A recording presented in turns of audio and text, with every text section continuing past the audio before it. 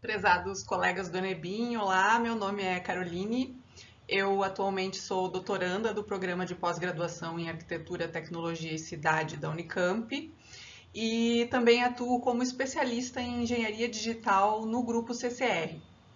Eu vou apresentar o trabalho Educação Corporativa na Implementação de BIM, empresa de infraestrutura, que foi desenvolvido com minha colega Samara Mello e com nossa orientadora, a professora Regina Rusch.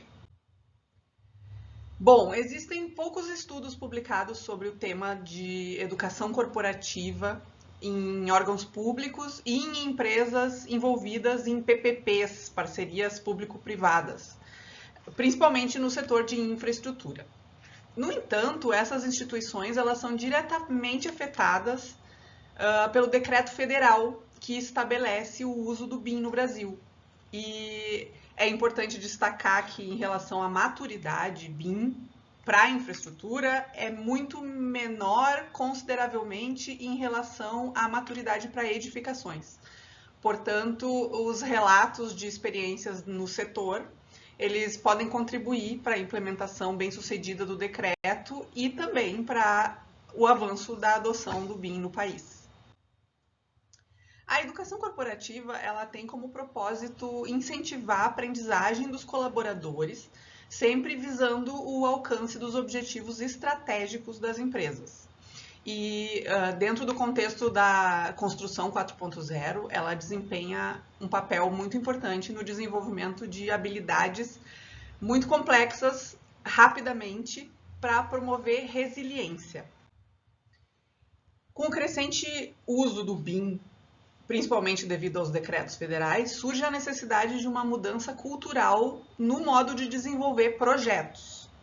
E o engajamento das empresas com os princípios do BIM gera processos de conscientização e alinhamento, que implicam tanto em investimentos financeiros, quanto modificações na gestão, e também treinamentos que impulsionem a transformação da cultura organizacional.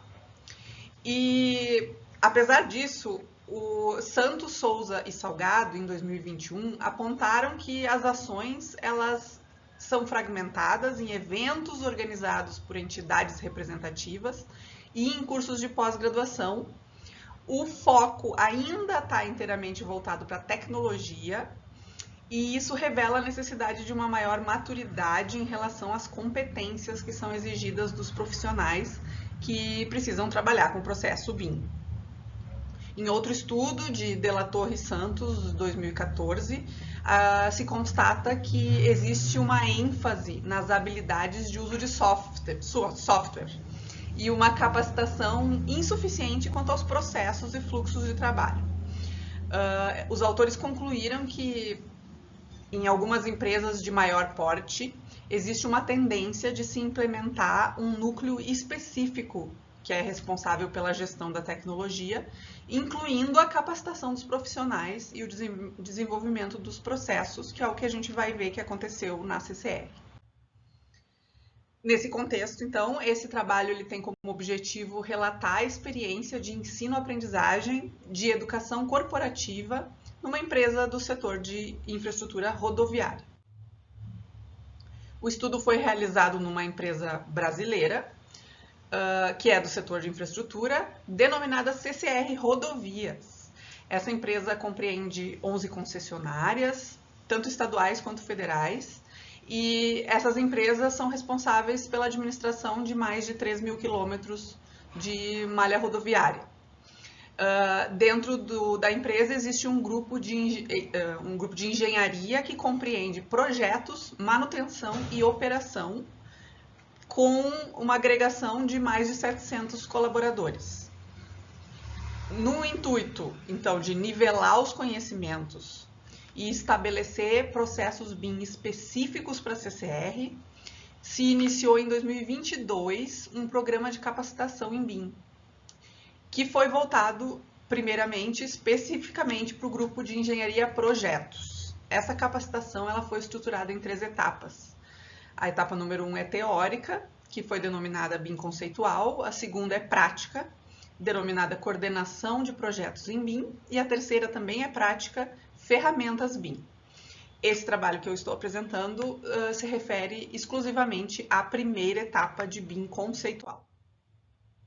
Então, essa capacitação ela consistiu em 8 módulos, 3 horas semanais cada módulo, formato presencial, e isso totalizou 24 horas de carga horária. Foi realizada em 2 edições, a primeira foi para a turma A, que teve 38 participantes, entre outubro e novembro de 2022, e a segunda edição foi realizada no início deste ano e foi realizada concomitantemente para 3 turmas. Cada uma das turmas tinha, em média, 50 participantes, então, no total, foram capacitados 186 colaboradores. E o público-alvo ele era composto de vários cargos dentro da empresa, por exemplo, agentes, analistas, coordenadores, especialistas, estagiários, inclusive gerentes e supervisores das mais diversas áreas funcionais dentro de projetos. E isso se fez para garantir uma maior integração entre as áreas. A preparação e a condução dos módulos do curso foi realizada por um grupo composto por 4 profissionais da área da engenharia digital que possuem formação especializada em BIM.